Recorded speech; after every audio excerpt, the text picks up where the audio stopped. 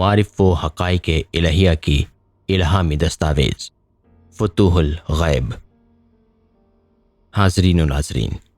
یہ کتاب ہم نے پوری کوشش کی ہے کہ لفظ بلفظ جو فتوح الغیب میں لکھا ہے اسے آپ کے سامنے پیش کیا جائے، مگر پھر بھی کوئی بھول ہو گئی ہو تو ہم پیران پیر غوث اعظم دستگیر کی بارگاہ میں معافی کے طلبگار ہیں، اور آپ سے درخواست ہے کہ آپ اصل کتاب سے ملا لیں، چونکہ یہ کتاب کافی گہرائی میں معنی رکھتی ہے، لہٰذا آپ اپنے پیر و مرشد سے بات کر کے بات سمجھ لیں۔ صوفی سما محنت کر رہا ہے کہ بزرگوں کی کتابوں کو آڈیو بک میں تبدیل کیا جائے تاکہ اس تیز زندگی میں اس سے کوئی فائدہ حاصل ہو سکے۔ ہدایت دینے والی صرف اللہ کی ذات ہے، اور ہم دعا کرتے ہیں کہ حضور کائنات محمد مصطفیٰ صلی اللہ علیہ وآلہ وسلم کے صدقے اللہ آپ کے دلوں کو ایمان سے روشن کرے اور اس دین اور دنیا میں کامیاب کرے،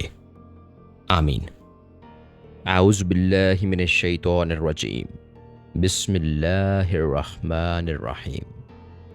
اللہم صلی علی سیدنا و مولانا محمد وعلی آل سیدنا و مولانا محمد وبارک وسلم۔ مقالہ نمبر 5، دنیا کے فتنوں سے اجتناب۔ حضرت قطب ربانی نے ارشاد فرمایا،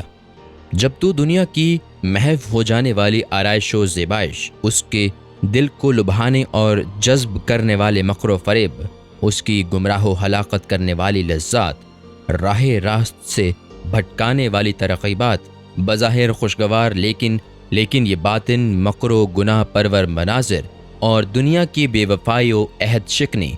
غافل و بے خبر دنیا پرستوں کو دیکھے تو ایسا سمجھے جیسے کوئی برہنہ جائے ضرور پر بیٹھا ہوا اور غلاظت کی بدبو اس کے ماحول میں پھیل رہی ہو۔ یہ منظر اور یہ کیفیت دیکھ کر تو اپنی آنکھوں اور ناک بند کر لے گا تاکہ تیرے حواس اس کا مکر و ناگوار اثر قبول نہ کریں۔ اس طرح تو دنیا داروں اور ان کے معصیت آلودہ ماحول سے اپنے حواس کو دور و کنارہ کش رکھ، اور ان کی شہوات کے تعفن سے مشام جان کو محفوظ کر لے تاکہ تیری روح کی فطری طہارت و پاکیزگی تلف نہ ہو جائے اور آفتاب دنیا سے نجات پائے۔ دنیا جس قدر بھی تیری قسمت میں ہے وہ تجھے ضرور ملے گی، اور تو لازمی طور پر اس سے مطمئن ہوگا، لہٰذا ضروریات دینوی میں تیری تشویش و پریشانی بالکل فضول ہے۔ اور اللہ تعالیٰ نے اپنے برگزیدہ نبی صلی اللہ علیہ وآلہ وسلم سے فرمایا، دنیا کے ظاہری مال و اسباب سے جو چیزیں ہم نے کفار کو دے رکھی ہیں انہیں گھور گھور کر مت دیکھیے، کیونکہ ان اشیاء کا مقدر تو ان کفار کو فتنہ و امتحان میں مبتلا کرنا ہے، اور آپ کے پروردگار کا عطا کردہ رزق آپ کے لیے بہت بہتر اور باقی رہنے والا ہے۔